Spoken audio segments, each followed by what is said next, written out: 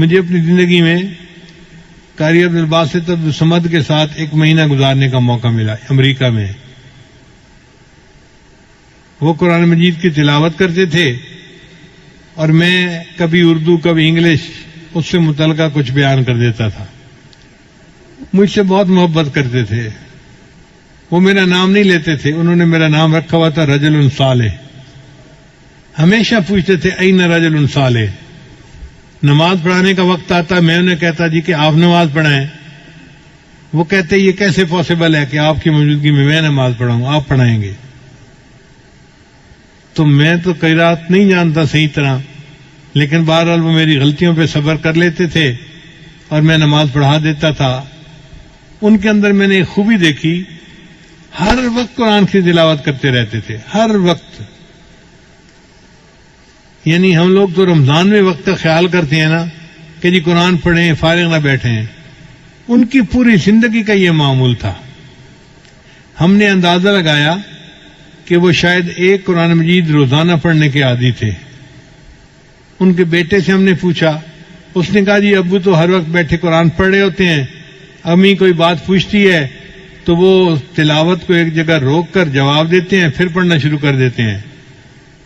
امی کہتی ہے ان سے تو بات کرنے کا مزہ ہی نہیں ہے، جواب ہی نہیں دیتے صحیح طریقہ سے.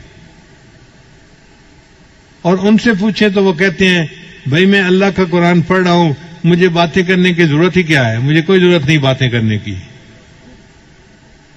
ہم دن رات کے کسی بھی حصے میں جب گئے ان کو ملنے کے لیے، ہم نے دیکھا کہ وہ بیٹھے قرآن پڑھ رہے ہیں.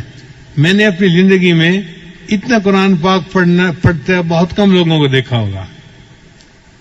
ایک بات مجھے اکثر جو ہے وہ پریشان کرتی تھی کہ اگر نیکی ان کی طبیعت میں اتنی ہے، کوئی فالتو بات نہیں، کوئی دنیا کی بات نہیں، سیاست کی بات کرو تو وہ ایسے بونگے بن کے بیٹھے ہوتے تھے جیسے پتہ ہی نہیں ان کو کیا ہو رہا ہے، کوئی دلچسپی تھی نہیں. تو یہ داڑھی کیوں مڑتے ہیں؟ تو بعد میں انہوں نے کہا کہ علماء جو مصر کے ہیں ان کو ایک علمی مغالطہ ہے، وہ داڑھی کو سنت نہیں سمجھتے یا واجب نہیں سمجھتے جس طرح ہم سمجھتے ہیں. وہ سمجھتے ہیں کہ داڑھی اس لیے رکھی جاتی ہے کہ مرد اور عورت کے درمیان فرق ہو سکے، دیکھنے سے پتہ چلے یہ مرد ہے اور جس کی داڑھی نہیں یہ عورت ہے. چنانچہ مصر کے علماء کو آپ دیکھیں گے تو وہ داڑھی اور مونچھ اکٹھی کبھی نہیں مونڈیں گے. کوئی عالم آپ کو ایسا نہیں ملے گا جو مونچھ بھی مونڈتا ہو اور داڑھی بھی مونڈتا ہو. وہ داڑھی مونڈیں گے تو مونچھ ضرور رکھیں گے، اور وہ کہتے ہیں کہ جی مونچھوں کے رکھنے سے پتہ چل جاتا ہے یہ عورت نہیں ہے تو داڑھی کا مقصد پورا ہو گیا. شاید یہی مغالطہ علامہ اقبال کو بھی لگا ہوگا، ورنہ اس کے اندر تو ایمان بہت مضبوط تھا، لیکن داڑھی جو شیو کرتا تھا وہ اسی علمی مغالطے کی وجہ سے کرتا ہوگا. اس لیے مصر میں جو مفتی اعظم ہوتا ہے وہ بھی داڑھی منڈا ہوتا ہے. تو یہ علمی مغالطہ ہے جو ان علماء کو لگا. ہمارے علماء کو اللہ تعالیٰ نے اس میں بہت صحیح جگہ پر پہنچایا، اور انہوں نے لکھا کہ داڑھی رکھنا تو واجب ہے، البتہ 1 مٹھ تک اس کو بڑھانا یہ سنت ہے، اور صحیح مسئلہ بھی یہی ہے.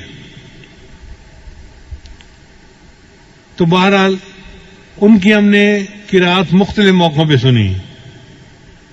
ایک دفعہ ہم نے ایک جگہ کھانا کھایا تو ایک ہمارے دوست تھے، وہ قاری صاحب کو کہنے لگے کہ آج سورہ الرحمن کی تلاوت سنائیں. ہمیں برا لگا کہ لوگ ایسے ہی فرمائشیں کر دیتے ہیں، پتہ نہیں دوسرے کی طبیعت بحال ہے یا نہیں، فریش ہونا بھی تو ضروری ہوتا ہے نا. لیکن قاری صاحب سنبھل کے بیٹھ گئے اور انہوں نے سورہ الرحمن کی تلاوت کی اور دل خوش ہو گیا. کیا اللہ نے ان کو آواز عطا کی تھی. ہم تو پاس بیٹھ کے سنتے تھے نا ایسے. جو آپ کیسٹوں میں سنتے ہیں وہ ہم پریکٹیکلی ان کے پاس بیٹھ کے سنتے تھے. تو میں اللہ کے اس جو ہے وہ نعمت پہ حیران ہوتا تھا، یا اللہ آپ نے ان کو کیسی مترنم آواز دی ہے، کیسا گلا دیا ہے جو قرآن مجید کو اتنا خوبصورت طریقے سے پڑھتا ہے. نبی صاحب نے ارشاد فرمایا تم قرآن مجید کو مزین کر کے پڑھو، یعنی اچھے طریقے سے پڑھو. واقعی انہوں نے حق ادا کر دیا.